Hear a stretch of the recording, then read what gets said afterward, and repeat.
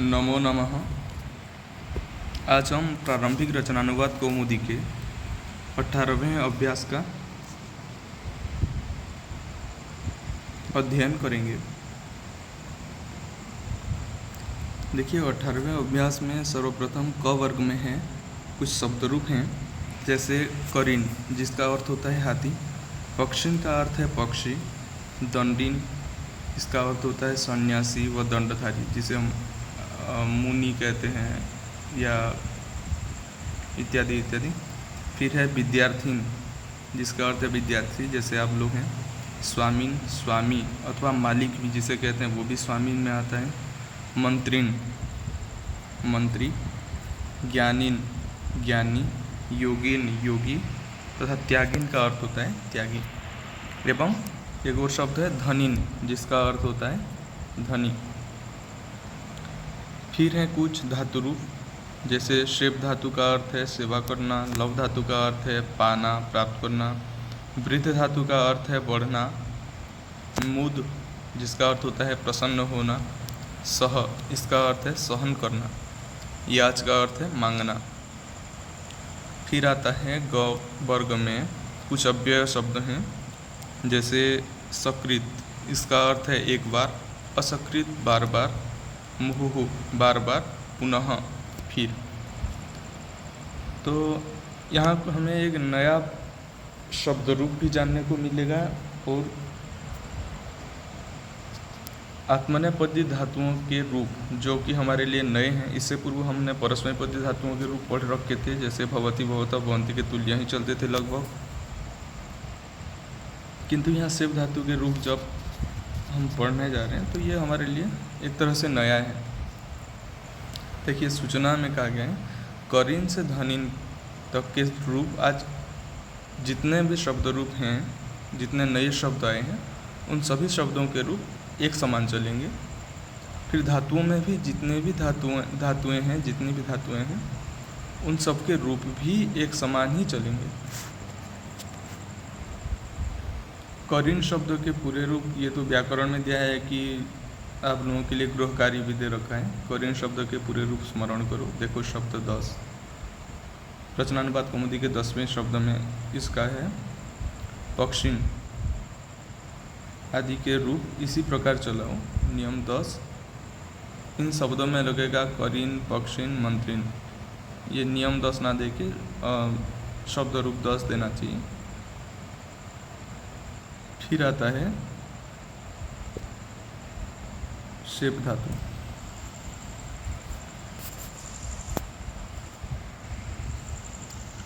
Shape धातु के रूप इस प्रकार हैं। ये शेप धातु आप लोगों को पता होगा, धातु रूप दो तरह के चलाए जाते हैं, जैसे आत्मनेपद एक और परस्मैपद है। परस्मैपद के रूप तो आपको लगभग पता ही है 5 लकारों में।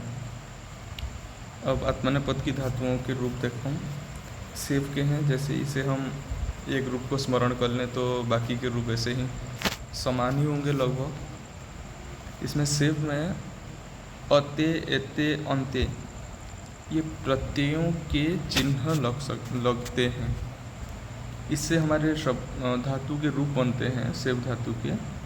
सेवते सेवेते सेवन्ते, मध्यम पुरुष के रूप हैं सेवसे सेवेथे सेवध्वे, उत्तम पुरुष के रूप हैं सेवे सेवावहे सेवामहे।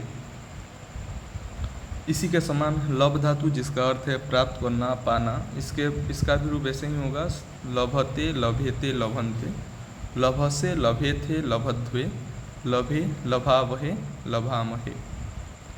उसी समान होगा वर्ध धातु का रूप। वृद्ध धातु जो है उसका वर्ध के जैसे रूप चलता है, वर्धते वर्धेते वर्धन्ते। उस धातु का रूप मुद धातु जिसका रूप मोदते मोदेते मोदन्ते चलेगा। सह धातु भी समान ही होगा। याज धातु का भी रूप उसी तरह ही चलेगा। देखिए, सूचना दिया गया है कि भ्वादिगण की सभी आत्मनेपदी धातुओं के रूप सेव के तुल्य चलेंगे। भ्वादिगण जैसे हमने 10 गणों के बारे में चर्चा की थी, तो उनमें से भ्वादिगण में जितनी भी धातुएं आत्मनिपदी हैं उनके रूप सेव धातु के तुल्य ही चलेंगे। एक और सूचना भी है कि जिन धातुओं के अंत में लट में अति अतः अंति आदि लगते हैं उन्हें परस्मैपदी कहते हैं, और जिनके अंत में अते, एते, अंते आदि लगते हैं उन्हें आत्मनेपदी कहते हैं।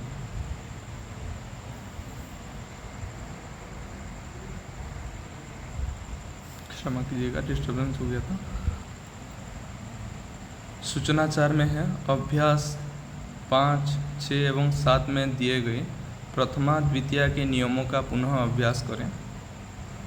अभी हम गृह कार्य में उनके भी कुछ अनुवादों को शामिल करेंगे जिससे कि उनका पुनर्अभ्यास हो जाए। फिर नियम 52 में है, मोनुस्वारः। ये एक अष्टाध्यायी का सूत्र है जिसका अर्थ है, शब्द के अंतिम मकार के बाद कोई व्यंजन हो तो म को अनुस्वार हो जाता है। बाद में स्वर होगा तो म हलंत ही रहेगा, जैसे कार्यम, उसके बाद शब्द है करोति। तो चूंकि कार्यम का अंतिम वर्ण म हलंत है तथा उसके बाद जो क वर्ण है, उसके बाद के शब्द का जो प्रथम वर्ण क है वह व्यंजन है। यहाँ कहा गया है क्या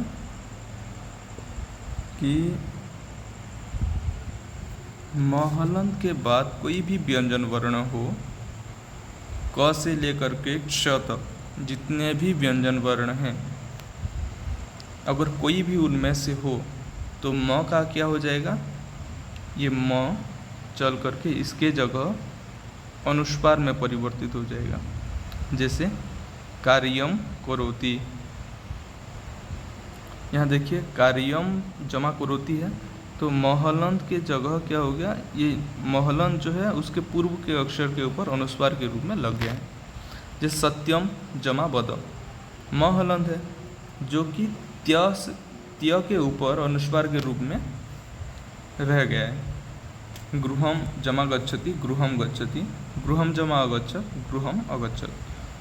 यहाँ और एक नियम क्या है कि अगर म हलंत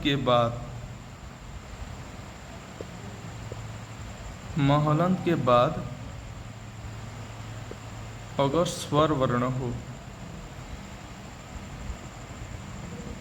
म हलंत के बाद अगर स्वर हो तो क्या होगा। वैसे आप सबको पता होगा ही कि हलंत के बाद अगर कोई भी स्वर होता है तो वो परवर्ती स्वर के साथ मिल जाता है। जैसे यहाँ देखिए गृहम जमा अगच्छत, तो म हलंत के बाद अ है तो वो म में जुड़ गया है। इसी प्रकार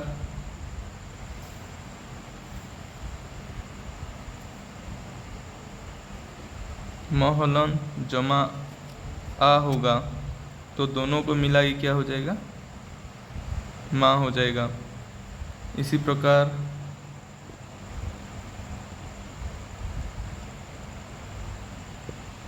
अगर म हलंत के बाद ई हो तो क्या हो जाएगा, मी हो जाएगा। तो अगर म हलंत के बाद या किसी भी हलंत वर्ण के बाद अगर कोई स्वर वर्ण हो तो उसी स्वर में वह मिल जाता है। तो यहाँ तो हमें ये समझ में आता है कि अगर बाद में स्वर हो तो वो मिल जाता है। अगर व्यंजन वर्ण हो, ये जो नियम है ये विशेष करके व्यंजन वर्ण के लिए है कि अगर व्यंजन वर्ण हो तो वो क्या होगा, म वर्ण के जगह पर अनुस्वार हो जाएगा और वह अनुस्वार उसके पूर्ववर्ती वर्ण में मिल जाएगा। म से पूर्ववर्ती जो भी वर्ण हो उसी में मिल जाएगा।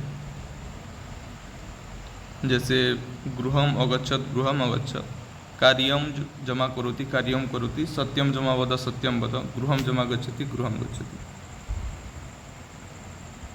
अब देखते हैं इसके कुछ उदाहरणों को देखते हैं। जैसे वने करिणः सन्ति, उदाहरण वाक्य में जो प्रथम उदाहरण है वने करिणः सन्ति। यह क्या है ना कि करिण शब्द का जो रूप है उसका प्रयोग किया गया है। तो आइए सबसे पहले हम करिण शब्द के रूप को ही देख लेते हैं ताकि हमें उदाहरणों को समझने में थोड़ी सी सहायता हो जाए। करी जिसका अर्थ है हाथी, यह एक है पुल्लिंग शब्द है और ईकारांत पुल्लिंग शब्द है। इन अंत पुल्लिंग शब्द।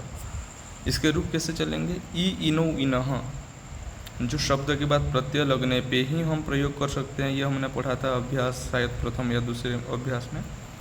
तो क्या कहा गया है इसमें? करी करीणौ करीण, ये रूप है इसके।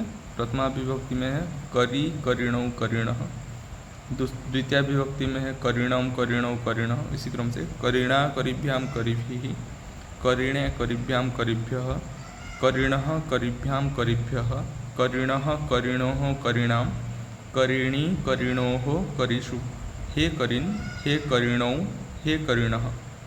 यहाँ इनके अर्थ को भी देख लेते हैं। करी यानी एक हाथी, करीणौ दो हाथी, करीणः अनेक हाथी, करीणम हाथी को, करीणौ दो हाथियों को, करीणः अनेक हाथियों को, करीणा एक हाथी के द्वारा अथवा एक हाथी से, करीभ्याम दो हाथियों से, करीभी अनेक हाथियों से, करीणे एक हाथी के लिए, करीभ्याम दो हाथियों के लिए, करीभ्य अनेक हाथियों के लिए, करीणः एक हाथी से, करीभ्याम दो हाथियों से, करीभ्यः अनेक हाथियों से, करीणः षष्ठी विभक्ति वाला।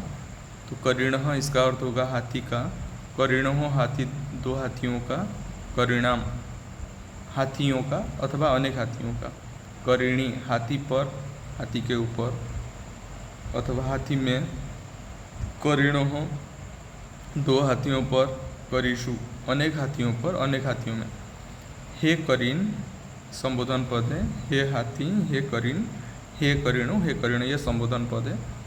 तो करीन शब्द के रूप इसी प्रकार चलेंगे। अब चलते हैं इनके पहले के उदाहरण में, अभ्यास के उदाहरण की तरफ चलते हैं। यहाँ देखिए वने करीणः सन्ति, वने करीणः सन्ति, इसका अर्थ क्या होगा?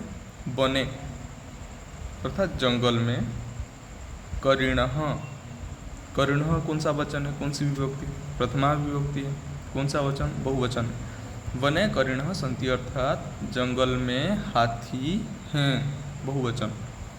रामः पक्षिणः पश्यति, यहाँ रामः क्या है? रामः पश्यति है ना, तो पश्यति का कर्ता जो राम है वह प्रथमा विभक्ति वाला शब्द है। तो राम पक्षिणः पक्षियों को, पश्यति देखता है, दंडी दंडेन सह भ्रमति, दंडी अर्थात दंडधारी सन्यासी, दंडेन सह, दंडेन सह, दंडेन जो है इसका मूल रूप क्या है? दंडम, दंडम दंडे दंडानी, दंडम दंडे दंडानी, दंडेन। तो तृतीया विभक्ति एक वचन है दंडेन। सह भ्रमति, दंड के साथ भ्रमण करता है, घूमता है। तो यहाँ दंडेन ही क्यों हुआ? तृतीया विभक्ति क्यों हुई? हाँ, तो तृतीया विभक्ति इसलिए हुई क्योंकि यहाँ सह लगा है, सहार्थे तृतीया। विद्यार्थिनः मंत्रिणः स्वामिनः ज्ञानिनः योगिनः त्यागिनः धनिनः च अत्र सन्ति। तो यहाँ क्या है? च का प्रयोग भी है, आवृत्ति करने को कहा था ना, उसके अनुसार उन नियमों को यहाँ फिर से दोहराया गया है। च का प्रयोग कैसे होगा, उसी के साथ साथ बाकी जो शब्द रूप आज हमने पढ़ने हैं अथवा पढ़े हैं उनके प्रथमा विभक्ति बहुवचन के रूप भी दिए हैं यहाँ। तो पूर्व अभ्यास एवं वर्तमान के अभ्यास दोनों को मिला के यहाँ उदाहरण प्रस्तुत किए गए हैं। उसी के अनुसार अनुवाद भी बनाने हैं हमको, तो ध्यान से देखेंगे। विद्यार्थिनः विद्यार्थी यानी अनेक विद्यार्थी बहुवचन है, स्वामिनः स्वामी, मंत्रिणः मंत्री माने सब बहुवचनात्मक है, ज्ञानिनः ज्ञानी, योगिनः योगीजन, त्यागिनः त्यागी लोग, धनिनः धनी लोग। च है तो उसके बाद तो हम क्या करेंगे? त्यागिनः और धनिनः, त्यागी एवं धनी अत्र सन्ति, यहाँ हैं। फिर क्या है? विद्यार्थी गुरुम सेवते, यहाँ क्या हो गया? हमारा धातुओं का प्रयोग है, आरंभ हो गया। विद्यार्थी गुरुम सेवते, तो इसका अर्थ क्या होगा? विद्यार्थी गुरु की सेवा करता है। मंत्री धनम लभते, ये विद्यार्थी जो है प्रथमा विभक्ति एक वचन था, ये भी मंत्री जो है प्रथमा विभक्ति एक वचन है। तो क्या होगा? मंत्री धनम लभते, मंत्री धन को प्राप्त करता है। लभ धातु लभते लभेते लभंते रूप चलेगा। मंत्री है प्रथम पुरुष है, तो लभ धातु का ही प्रथम पुरुष का मंत्री एक वचन है, लभते हुआ एक वचन। फिर आगे क्या है, तम सुखे न वर्धसे, वहाँ हमने पढ़ा था सुखे न वसति, दुखे न वसति, सुखे न जीवति इत्यादि इसका प्रयोग होता है, सुखपूर्वक रहना। तो तम सुखे न वर्धसे मतलब तुम सुखपूर्वक वृद्धि को प्राप्त होते हो, बढ़ते हो। सकृत कार्यम कुरु, सकृत कार्यम कुरु का मतलब क्या है, एक बार कार्य करो। कुरु जो है कौन सा लकार है, लोट लकार है। लोट लकार कौन सा पुरुष कौन सा वचन, मध्यम पुरुष एक वचन होगा, ठीक है। असकृत मुहुः पुनः वा विद्याम पठ, यहाँ सकृत असकृत मुहु पुनः इन शब्दों के प्रयोग के लिए ये 11वें से आगे उदाहरण है 11-12 में। सकृत का अर्थ एक बार है, एक बार काम करो। फिर 12 में जो है असकृत मुहु, असकृत का मतलब क्या है, बारंबार। मुहु का मतलब क्या है, बारंबार। पुनः का मतलब भी बारंबार है। तो क्या है, असकृत मुहुः पुनः वा, अर्थात बारंबार कुछ भी, किसी भी बारंबार के अर्थ में किसी भी शब्द का प्रयोग कर सकते हैं हम। असकृत विद्याम पठ बोल सकते हैं, मुहु विद्याम पठ, अथवा पुनः पुनः विद्याम पठ, बारंबार विद्या पढ़ो। सत्यम वद, असकृत सत्यम वद, बारंबार सत्य बोलो। असकृत धर्मम च कुरु, बारंबार धर्म करो। इसी प्रकार हमें अनुवाद करने हैं। अब देखते हैं कुछ शुद्ध और अशुद्ध के यहाँ दिए हैं। एतत् नगरे पंचहस्ती सन्ति, तो इसका शुद्ध क्या होगा, एतस्मिन् नगरे पंचहस्तिनः सन्ति। तो क्यों ऐसे हुआ, एतस्मिन् क्यों हुआ, तो सबसे पहले हमें याद होगा कि हमने पहले पढ़ा था कि जो विशेष्य पद है, सर्वनाम जो है उसके विशेष्य के अनुसार ही होता है। चूँकि नगरे में सप्तमी है, इसीलिए उसको विशेषित करने वाला एतत् पद जो है उसमें भी सप्तमी विभक्ति हुई है, सप्तमी एकवचन। फिर पंचहस्ती, यहाँ तो हमें पंच शब्द जो है ये बहुवचनात्मक है, ज्ञान हो रहा है इससे देखने से ही कि यह एक बहुवचनात्मक शब्द है। कौन सा, ये जो पंच है। तो पंच के अनुसार हस्ती तो नहीं होना चाहिए, इसलिए क्या होगा, हस्तिनः होगा, है ना। पंच हस्तिनः सन्ति। हस्ती शब्द जो है करीण के समान ही इसका रूप होगा, हस्ती हस्तिनो हस्तिनः, करी करीणो करीण, हम करी शब्द का ही प्रयोग कर सकते थे। फिर क्या है, स्वामी धनिनः धनम याचते, तो क्या होगा, याच धातु जो है ये सामान्य प्रयोग होता है, जैसे सहपाठम पठति पठ धातु का जैसे प्रयोग है उसी तरह ही याच धातु का प्रयोग है, सेव धातु का प्रयोग जैसे होता है गुरुम सेवते। तो यहाँ क्या है, स्वामी धनिनः धनम याचते, याच धातु के दो कर्म बनते हैं। एक धनम याचते, क्या मांगता है, धन मांगता है। तो किससे धन मांगता है, यहाँ जिसको धन मांगता है, यहाँ दोनों में कर्म है। धनिनः जो है ये भी मतलब ये जो धनिनः है क्या है, प्रथमा विभक्ति बहुवचन का रूप है। तो क्या होगा, हम स्वामी धनिनम धनम याचते हुआ, क्योंकि ये द्वितीय विभक्ति एक वचन को सूचित कर रहा है धनी शब्द के, तो स्वामी धनिनम धनम याचते, ये दोनों कर्म है, कर्म में द्वितीय विभक्ति होगी। अहम रूपात धनम याचे, क्या है, अहम रूपात धनम याचे। तो यहाँ क्या होना चाहिए, जैसे हमने पहले पढ़ा याच धातु के दो कर्म होते हैं, तो यहाँ भी याच धातु है। याच धातु मध्यम पुरुष बहुवचन का रूप है, तो क्या होगा, अहम रूपम धनम याचे। रूपम, ये जो रूप शब्द है इसका रूप कैसे होगा, अकारांत पुल्लिंग शब्द है, तो रूपहन रूपम रूपहा रूप चलेगा। उसी तरह से द्वितीय विभक्ति एक वचन में क्या होगा, रूपम, क्या होगा, अहम रूपम धनम याचे। ठीक है,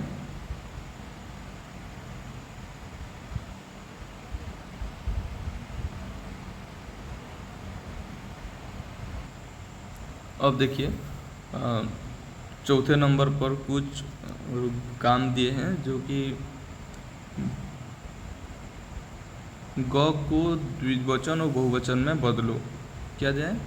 ग को द्विवचन और बहुवचन में बदलो, जो कि यहाँ है। ग में क्या है? देखिए, वह गुरु की सेवा करता है, वह धन पाता है, तू बढ़ता है, तू प्रसन्न होता है, मैं दुख सहता हूँ, मैं राजा से धन मांगता हूँ। तो यहाँ क्या है? प्रथम पुरुष एक वचन तथा मध्यम पुरुष एक वचन एवं उत्तम पुरुष एक वचन के रूप हैं, जिनका प्रयोग हमें द्विवचन और बहुवचन में बदल करके करना है। अनुवाद आप लोगों को ये गृह कार्य दिया जाता है कि आप लोग इसके अनुवाद द्विवचन और बहुवचन में भी लिख के हमें भेजें। नंबर 4 लिखिएगा, उसके क के रूप द्विवचन एवं बहुवचन। क लिख दीजिए, द्विवचन बहुवचन नंबर 4 है। क लिख दोगे तो हमें पता चल जाएगा। फिर नंबर 4 के ख में क्या है काम? करीन, पक्षीन, दंडीन, विद्यार्थीन एवं धनीन, इन शब्दों के रूप लिखिए तथा ये जो कुछ धातुएं हैं इनके भी धातु रूप आप लोग लट लकार में लिखिए, स्मरण कीजिए और लिखा हुआ भेज दीजिए हमारे पास। वाक्य बनाइए। विद्यार्थिनः धनीनां सेवते सहसे सकृत मुहुः। विद्यार्थिनः शब्द जो है इसका अर्थ क्या है? हाँ, विद्यार्थी शब्द के बहुवचन में होंगे विद्यार्थिनः। फिर धनीनाम शब्द का अर्थ क्या होगा? षष्ठी बहुवचन है, अर्थात इसका अर्थ होगा धनी लोगों का, धनी लोगों का अथवा धनियों के। सेवते सेवा करता है, सह से सहन करता है, सकृत बारंबार, मुहु सकृत एक बार, मुहु बारंबार। संधि करो। यहाँ मौन स्वर का जो नियम था उस नियम के अनुसार आप यहाँ संधि कीजिएगा। कहाँ व्यंजन वर्ण है, कहाँ स्वर वर्ण है, क्या होगा उसका थोड़ा ध्यान में रख करके संधि कीजिए। अब हम आगे चलते हैं। जैसे कि हमें बताया गया था कि हम नियमों को थोड़ा आवृत्ति कर लें। अभ्यास 5। अभ्यास 5 में क्या था? भवान, आप पुल्लिंग में भवान, स्त्रीलिंग में भवती। फिर जनकः, जिसका अर्थ है पिता, पुत्रः पुत्र, उपाध्याय गुरु, नरः मनुष्य, सूर्यः सूर्य, चंद्रः चंद्रमा, प्राज्ञः विद्वान, सज्जनः सज्जन, दुर्जनः दुर्जन, शिष्यः शिष्य, प्रश्नः प्रश्न, खाद खाना, क्रीड खेलना, पत गिरना, स्मृ स्मरण करना। जी का अर्थ है जितना, नी का अर्थ है ले जाना तथा रू का अर्थ है ले जाना व हरण करना। यहाँ व्याकरण क्या है? भवती, भवता, भवंती, भू धातु जो है परस्मय पदी के लट लकार के रूप में इसका प्रथम प्रयोग हमने यहाँ सीखा था। फिर खाद आदि के रूप भवती के तुल्य चलेंगे। इस अभ्यास में बाकी जितने धातुएं हैं, जितनी धातुएं हैं उन सब के रूप भवती के तुल्य ही चलेंगे। क्योंकि परस्मय पदी हैं तो पूरी तरह से समान रूप होगा इसका। फिर नियम में क्या था? कर्ता में प्रथमा होती है, तो व्यक्ति के नाम अथवा वस्तु के नाम में प्रथमा होती है जो कि कर्ता हो। रामः पठति, यहाँ पठन क्रिया का कर्ता राम है, अतः राम में प्रथमा विभक्ति हुई। बालकः गच्छति, यहाँ बालक कर्ता है इसलिए बालक शब्द में भी प्रथमा विभक्ति हुई। 8वें नियम में है किसी को संबोधन करने में संबोधन विभक्ति होती है, वो प्रथमा विभक्ति है। वो संबोधन लिखा गया लेकिन क्या है? प्रथमा विभक्ति होती है। फिर क्या है? हे रामो, हे कृष्ण, हे देवदत्त, इसके उदाहरण है। फिर नियम नंबर 9 में दिया है भवत शब्द के साथ सदा प्रथम पुरुष एक वचन के रूप ही लगेंगे, अथवा उसके द्विवचन बहुवचन अगर है, भवंतो भवंत है तो उसी के अनुसार आप लोग रूप चलाएंगे। और इसके रूप कैसे चलेंगे आप लोगों को पता होगा, क्योंकि वो भगवत शब्द जो है उसी के समान ही है लगभग। फिर क्या है? भवती शब्द के भी प्रथम पुरुष में ही प्रयुक्त होंगे। भवती शब्द के साथ जो क्रियापद लगेगा उसका प्रथम पुरुष में ही प्रयोग होगा। फिर है षत्व विधि एवं क्या है? णत्व विधि है, षत्व विधि तो नहीं दिया है। णत्व विधि का नियम है र एवं मूर्धन्य स के बाद, यहाँ र के साथ साथ हम रू को भी समझेंगे। र, री एवं मूर्धन्य स के बाद अगर न हो तो ण हो जाता है। मगर किस परिस्थिति में? अगर एक ही शब्द में ये नियम लागू होता है। अगर एक शब्द के अंदर पहले र हो फिर न हो तो क्या होगा? ण हो जाता है। जैसे हम लिखते हैं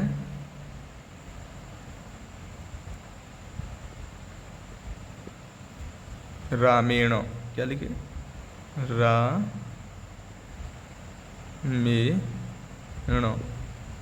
यहाँ असल में क्या था कि रामे न होता है। असल में जब हम शब्द रूप बनाते हैं प्रत्यय लगा करके तो रामे न बनता है, जो कि इसी नियम के चलते, चूँकि यहाँ र है तो र के कारण यहाँ न को ण हो जाता है।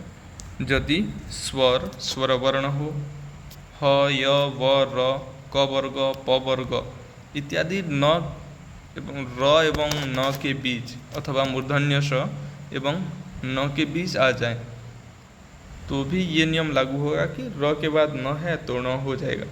मतलब वो जो ये जो वर्ण हैं ये इन्हें बाधा उत्पन्न नहीं करते हैं। एक तरह से ये मान लीजिए कि ये इनके मित्र हैं कि हाँ चलो आप लोग न के बदले ण करना है, यहाँ र है, चलो तुम अपना काम करते रहो भाई, हम बस घर है हम यहाँ रह लेते हैं। ऐसे ही करते हैं।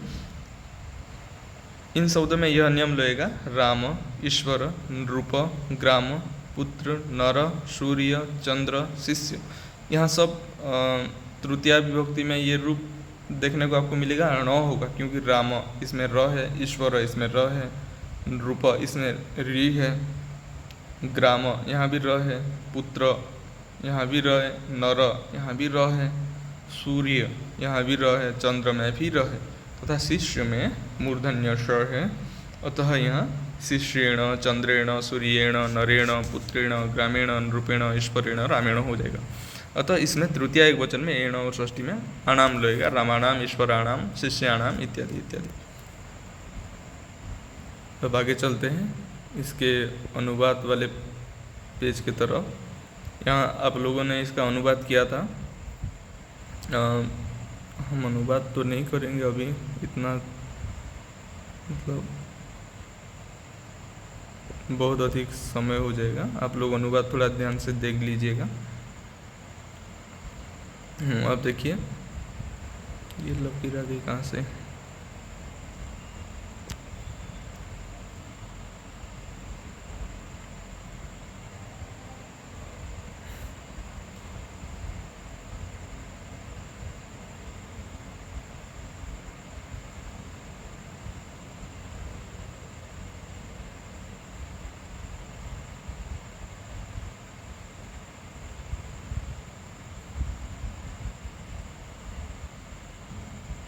अब देखिए क्या है कि अभ्यास 2 ख को द्विवचन एवं बहुवचन में बदलो। मुझे लगता है हमने ये भी किया था, ये चौथे नंबर का जो कार्य है हमने ये भी किया था, लेकिन अभ्यास के लिए एक बार फिर से आप लोग ये कीजिएगा। चौथे के जो ख में हैं, ख में जो अनुवाद हैं ख के अंदर, तो उन्हें आप द्विवचन एवं बहुवचन में बदलिएगा।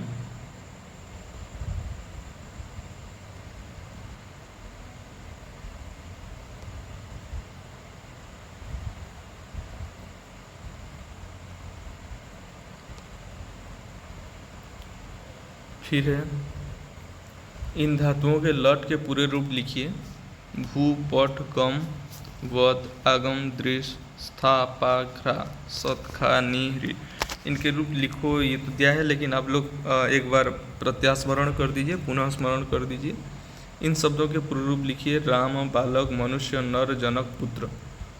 ये जो शब्द हैं इनके रूप एक बार आप पुनः स्मरण कर लीजिए। वाक्य बनाना जो है, वाक्य का निर्माण भी कीजिए, वाक्य लिख के हमें भेजिएगा। यहाँ कुछ रिक्त स्थान को भरने के लिए कहा गया है। रिक्त स्थान को भरना आप मन ही मन अभ्यास कर लीजिए अपनी कॉपियों में लिख के। फिर अभ्यास 6 है, इसके नियमों को देख लेते हैं। शब्द रूप आप लोग एक बार आवृत्ति कर लीजिए। और इसका रूप जो है यहाँ गृहम, पत्रम शब्दों के रूपों के समान ये है। धनम, पत्रम, फलम, वनम, नगरम, अध्ययनम, कार्यम। इनके रूप एक ही तरह चलेंगे। नपुंसक लिंग वाला रूप है, गृहम के समान रूप होगा। फिर तुद, ईश, स्पृश, लीक, प्रच्छ, विष इत्यादि जो शब्द हैं ये भगवती के तुल्य रूप चलेंगे। बस यहाँ ध्यान देने की बात यह है कि ईश धातु जो है इच्छति इच्छातः रूप चलता है, स्पृश धातु स्पृशति स्पृशतः चलेगा। प्रच्छ जो है पृच्छति, यहाँ री बन जाएगा। और विष का विषति है, बाकी सब ठीक है।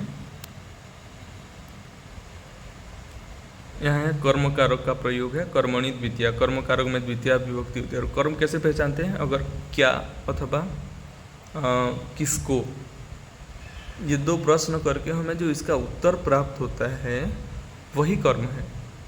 जैसे रामः विद्यालयम गच्छति, हाँ, और स्थान आदि के अर्थ में ये प्रश्न चिन्ह बदल जाएंगे, थोड़ा कहाँ इत्यादि हो जाएंगे स्थान को बताने के लिए। राम कहाँ जाते हैं? विद्यालय को जाता है, तो यहाँ कर्म क्या होगा? विद्यालय, क्योंकि इसमें विद्यालय को है। हम तो कर्म जो चिन्ह पढ़े थे उसके अनुसार अगर देखेंगे चौथे अभ्यास में जो था कर्ता ने कर्म को, ऐसे ही पता चल जाएगा। और स पुस्तकम पठति, वह पुस्तक पढ़ रहा है। वह क्या पढ़ रहा है? पुस्तक को पढ़ रहा है। तो क्या का उत्तर है पुस्तक, तो पुस्तक कर्म है, उसमें द्वितीय विभक्ति होगी। स प्रश्नम पृच्छति, वह प्रश्न पूछता है। तो क्या पूछता है? प्रश्न पूछता है, तो यहाँ प्रश्न में भी द्वितीय होगी। अभितः, उभयतः, परितः, सर्वतः, प्रति, धीक और बिना के साथ द्वितीय विभक्ति होती है। अभितः जिसका अर्थ कुछ रचनानुवाद कौमुदी के अलावा बाकी जो संस्कृत किताब हैं उनमें कुछ में तो अभितः का शब्द सामने किया गया है और यहाँ दोनों तरफ है, तो कुछ भी हो। अभितः, उभयतः दोनों तरफ, परितः चारों मतलब चारों, सर्वतः सब और, प्रति और, धिक्कार करना, बिना अभाव अर्थ को बताते हैं। तो इन शब्दों के साथ द्वितीय विभक्ति होती है। जैसे ग्रामम अभितः वनमस्ति, ग्रामम उभयतः वनमस्ति, कुछ भी हो। अभितः अथवा ग्रामम प्रति गच्छति, बालकः ग्रामम प्रति गच्छति, फिर है दुर्जनम, धिक, रामम, बिना, इन शब्दों के साथ द्वितीय विभक्ति होती है। अब चलते हैं आगे। इसमें भी आप लोग अनुवाद की थोड़ी सी आवृत्ति कर लीजिए तथा चौथे में जो है ये बहुवचन में बदलो।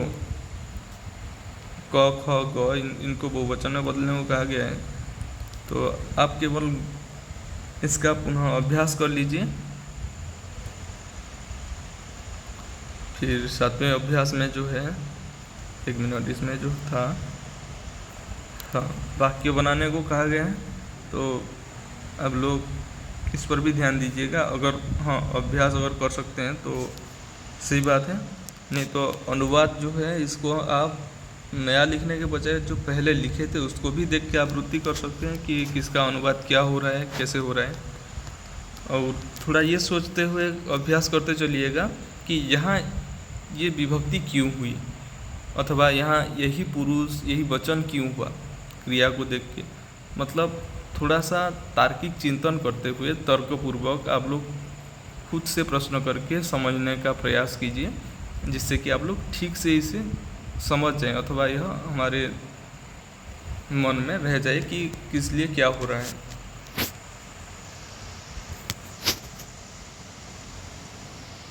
फिर है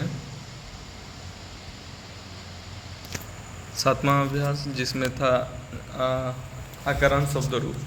कन्या, लड़की, अजा, बकरी, वसुधा, पृथ्वी, सुधा, अमृत, भार्या, पत्नी, आज्ञा, आदेश देना, आज्ञा, निशा, रात्रि, जटा, क्षमा, क्षमा, माला, जिसका अर्थ है माला, गंगा का अर्थ है गंगा, जमुना, शिला, प्रजा, लज्जा।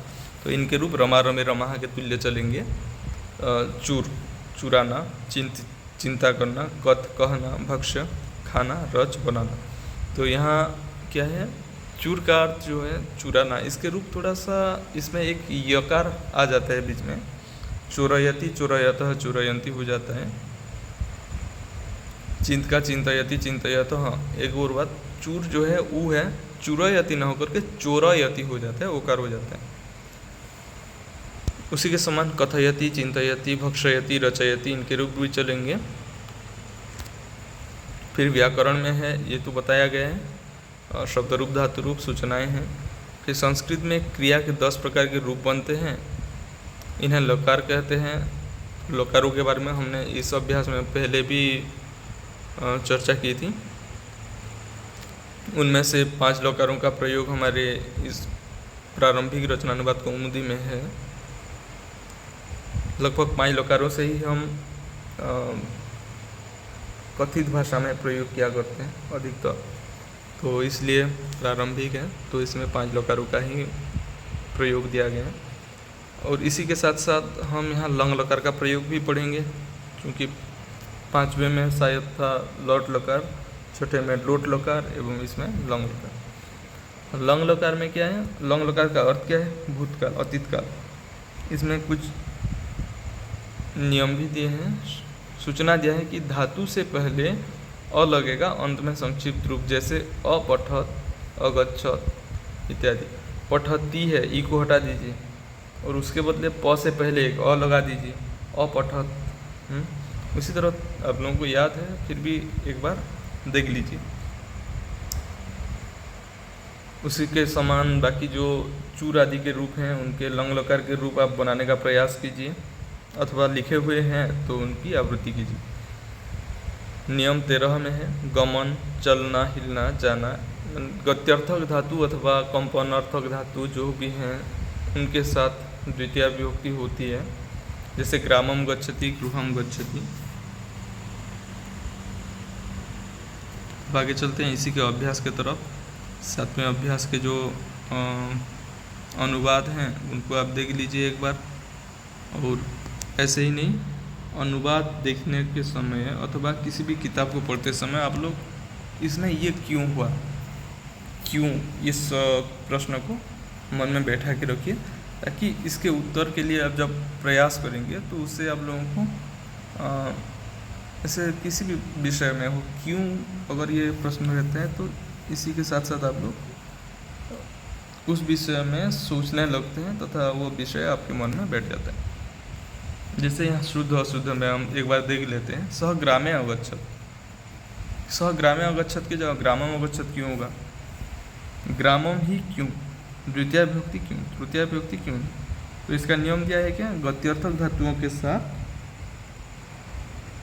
कौन सी विभक्ति होती है? द्वितीय विभक्ति होती है।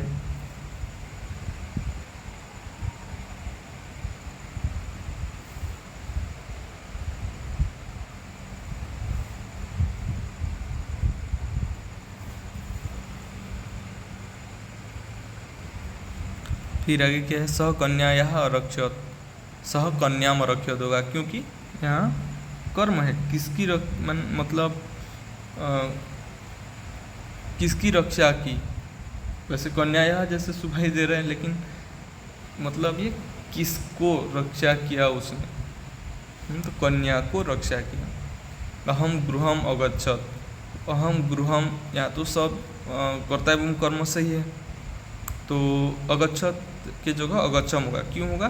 क्योंकि उत्तम पुरुष एक वचन में अहम है, तो अगच्छत की जगह मतलब गम धातु के लंग लकार के उत्तम पुरुष एक वचन में अगच्छम होगा, तो इसी तरह से होगा।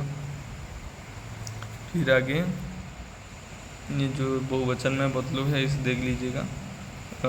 आकारांत स्त्रीलिंग के जो शब्द हैं उनके रूप भी एक बार आवृत्ति कर लीजिए, तथा भू, पट, गम, लीख, वत, दृश, था, पा, घ्रा, चूर, कथ, भक्ष इनके लंग लकार के रूप, लट लोट के रूप भी आप देख लीजिए। इनमें से 2-3 के लट के रूप देख लीजिए, कुछ के लोट में और कुछ के लंग लकार में देख लीजिए, ताकि आप लोगों को फिर से स्मरण हो जाए। रिक्त स्थान भरिए, वाक्य बनाइए। इसका वाक्य बनाना, नए नए वाक्यों को बनाइए, पुराने वाक्यों को छोड़ दीजिए, नए नए वाक्यों को बनाइए। इससे आप लोगों की रचनात्मक क्षमता में वृद्धि होगी।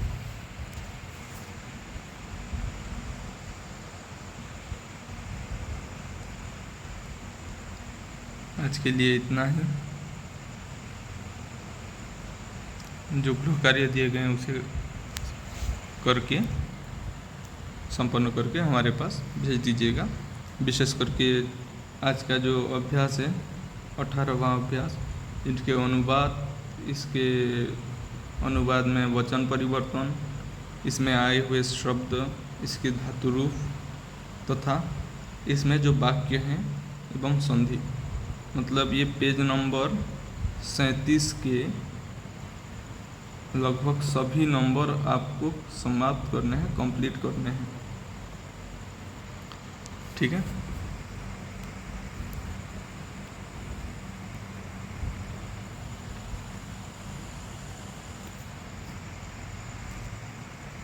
ठीक है, आप लोगों को